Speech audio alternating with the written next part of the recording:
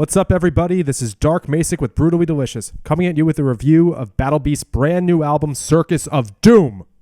I've been a fan of Battle Beast since about 2018 when they were on 70,000 Tons of Metal. For those of you who have not seen them yet, go see them live. Nora is probably the second best front person I've ever seen, second to only Paul Stanley. I'm very pleased to say this album was a huge improvement over the last one. The last album I thought was a little inconsistent. I thought it had 3 great songs, The Golden Horde, the title track, No More Hollywood Endings, and Eden. But this one is fucking solid, straight throughout. Great job, everybody. I'm proud of you.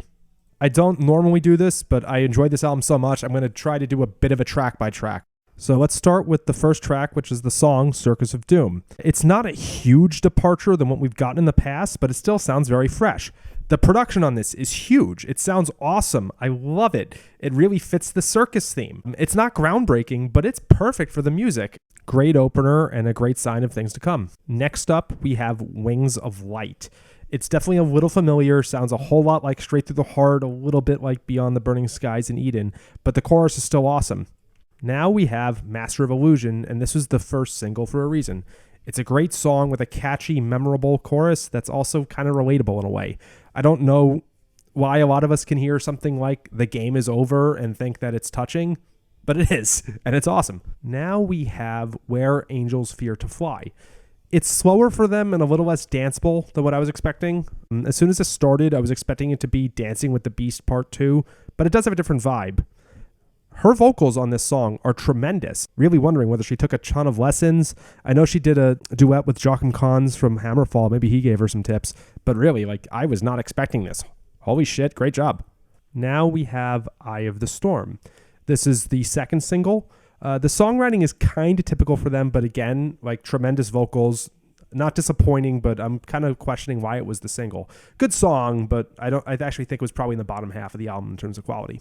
Then comes Russian Roulette. I know I already mentioned this, but the production shines like a motherfucker on this one. There's a lot of great synth work and a fantastic chorus here. Now we have Freedom. I think it's kind of a rule that every power metal band has to have a song with freedom in the title. This is a really fun, thrashy drum beat. It seriously sounds like Travel and Stygian by Iced Earth. Not at all anything I ever thought they'd do. They're usually typical drum beats, but it works and it's awesome. This is a total highlight. Next up, we have The Road to Avalon. There's a really good vibe to this one. It's got a great beat, and even though the songwriting is kind of familiar, the beat makes it work. Side note, the first few measures of the chorus seriously remind me of a Christmas song. I think it's called Mary's Boy Child. Take a listen. Let me know how crazy I am for hearing this. Now we have Armageddon. The chorus sounds a lot like a Glory Hammer song. I think it's Hoots Force. It's a cool vocal line and a drum beat, maybe not the most original thing in the world. Pretty typical song for them, not a disappointment, but also not a highlight. And now we're up to the last song, Place That We Call Home. I like the end of the chorus. The vocals are again phenomenal. I'm really hearing this and thinking, wow, she must have taken a ton of lessons.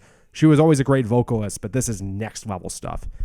The production on the drums here, I think, really sells it. It's top tier. They've always had great sounding drums. It's one of the highlights when you see them live is just how fucking huge the drums sound. I will confess I wanted a bit more out of a closing track. With a title like this, I was hoping for something either a little bit more melancholy, as in they're tired of touring and they miss home, or, we're all getting a little bit older. Nora, I think, just turned 30, and, at that point, we all start thinking about what's next for us. Or just a total banger about a mosh pit, since the metal scene is where we call home. I figured one of those two is the theme. This doesn't accomplish either end. It's still a good song, but I was hoping for more on such a great album. All in all, tremendous album, top to bottom. I think it's probably on par with Bringer of Pain, which is usually considered to be their best. So looking forward to the next tour. Can't wait to see what you guys do next. Thanks, everyone.